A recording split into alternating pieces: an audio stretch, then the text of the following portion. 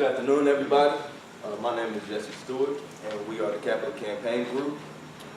I would like to thank everyone for coming out, especially our guests. And to begin our presentation, I would like to take everyone on a trip down memory lane. If you would, please close your eyes. I would like you to imagine your childhood home. Imagine your mother, father, grandparents, or whoever your caretaker may be, preparing you a meal. Imagine yourself doing your homework, being helped with your homework, all of the struggles and successes that you had in that home. I want you to remember the decor, all of the furniture, the carpet, the wooden floors, even what the ceilings look like. I want you to remember all of the light that came into your house. And I want you to remember the history and the love that was shared within that home. Friends, family, colleagues, and I also want you to remember just how successful you are because of it and how intimate it is to the person that you are today. Open your eyes. All of those memories that you just recalled are exactly what the Cooper House represents to the College of Agriculture and the university as a whole. From being the first A&M school in the state of Kentucky to having the absolute best basketball program in the entire NCAA. Excuse me.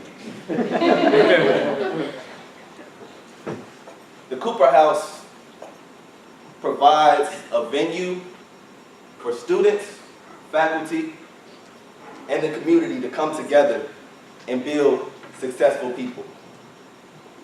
It provides an opportunity for us as students, you all as faculty, friends and family to come together to build better people, a better society, and help build the brand of the College of Agriculture in UK as a whole.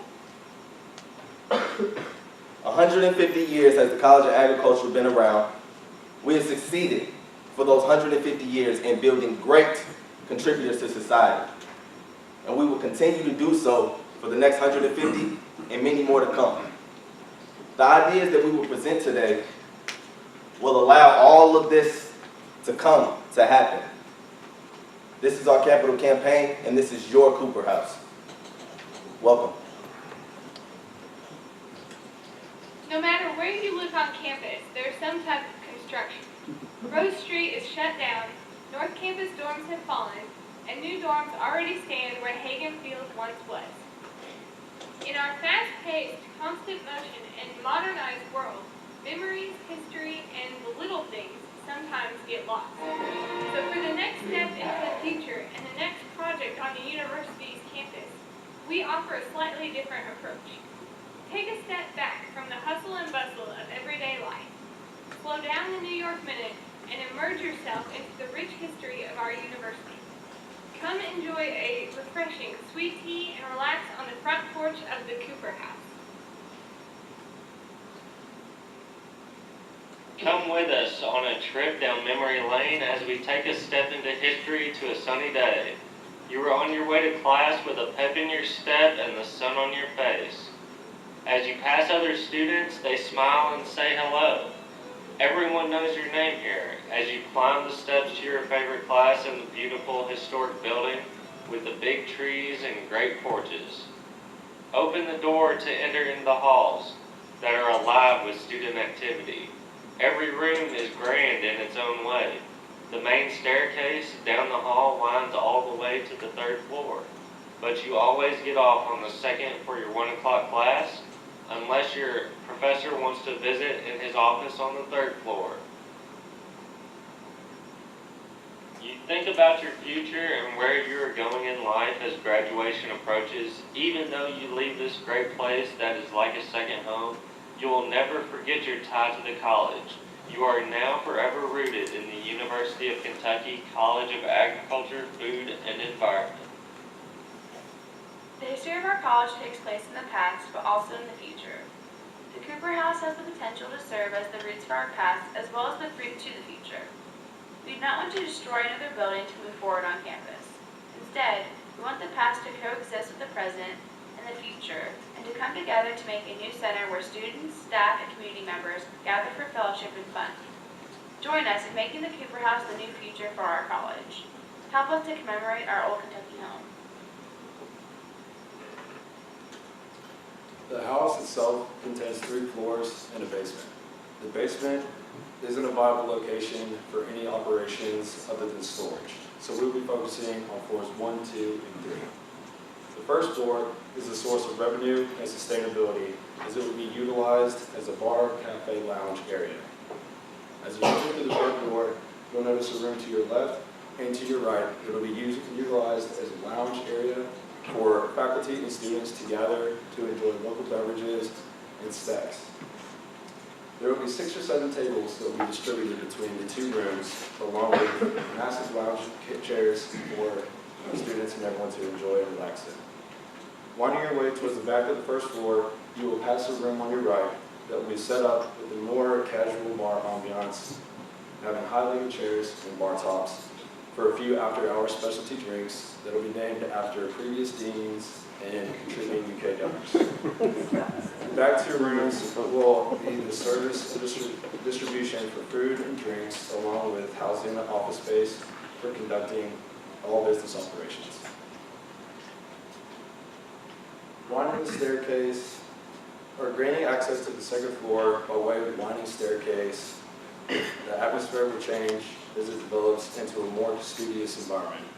There will be 3 classrooms used in correlation with the UK's wine course, which is being offered to enhance career opportunities for students interested in the industry. Also, there are 2 additional horticulture classes that will be taught on that floor, which will focus on the technical aspects of viticulture, the science and production of grapes, and enology, the science of wine and winemaking. Finally, the remaining 3 much smaller rooms towards the back of the second floor will be utilized as offices for the instructors of those courses. Those courses and having those offices right there will be effective and will be an easy way for better communication and student-teacher relationships. On campus, there are a few locations where specialized tutors are available to aid students in their studies for specific courses. Unfortunately, not every course offered by UK has a tutor that's provided with it. Here in the College of Agriculture, the courses pertaining to our majors do not necessarily have tutors in any of those locations on campus, which makes it very difficult for many of our students to learn some of the material. On the 3rd floor, we'll dedicate it as a study and provide tutors experienced in the AEC courses that are not offered anywhere on campus to benefit those students needing the extra attention. With the uniqueness of the Cooper House and combination of viable options for each floor, we will raise around $5 million through gifts in a series of phases, which Paige will be breaking down in further detail. Hello everyone, I'm Paige, obviously.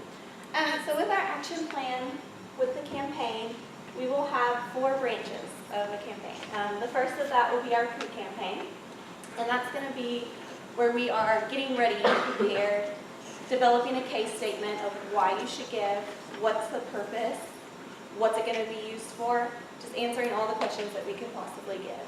And this will be where we're identifying potential donors and investors, people who will have a high interest in the Cooper House, who would love to give. And that will be that phase.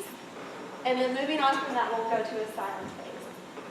This will be where we meet with potential donors and investors. These are the people who are going to have a high interest and a high capacity to give. Because in this phase, we want to get at least 50% of our goal completed. And this is a $5 million, 3-year capital campaign. So we hope to have this silent phase last 1 to 2 years, since it's going to be the biggest portion of the phase. It needs to last a longer time. We'll meet with donors. We'll have a finalized case statement so that they can read over it and say, oh, okay, this is great. This is something I want to give to. This will be a good time for us to talk to our donors and see if they have friends, other people who would be interested, who may have a high capacity, and we can increase their interest, And that will be the end of that phase. And then we'll move into the public phase. This will be announcing it to the public, having everybody know. This will be the portion of the campaign where we will get the largest amount of gifts, but in a smaller form. So there will be lots of donors, just smaller amounts. This will be where we hold fundraising events, maybe even have something at the Cooper House, like a lawn event, tailgating parties, that kind of stuff to raise awareness, get students, faculty, community, everybody involved. And after the public phase, we'll move into the post-campaign, which is, we're hoping our goal will be completed by the end of the 3 years. And then we thank everybody, send out thank you notes, have a grand opening, announcement for the party, those kinds of things. To do a campaign, you obviously have to have something into it. So at the beginning of the campaign is when we'll be talking about having a campaign director, volunteers, getting stuff prepared for that, having events already planned out for in the future. So as the rest of the day goes on and you hear from everybody's ideas of what they want the Cooper House to be, I hope you keep in mind what it takes to do a campaign, a capital campaign, and how much work goes into it, and the people who have to raise the money and develop all this. It's very well thought out and very finalized before it comes out to everybody. So we want to thank you all for all coming out to listen to us, and we hope you like it.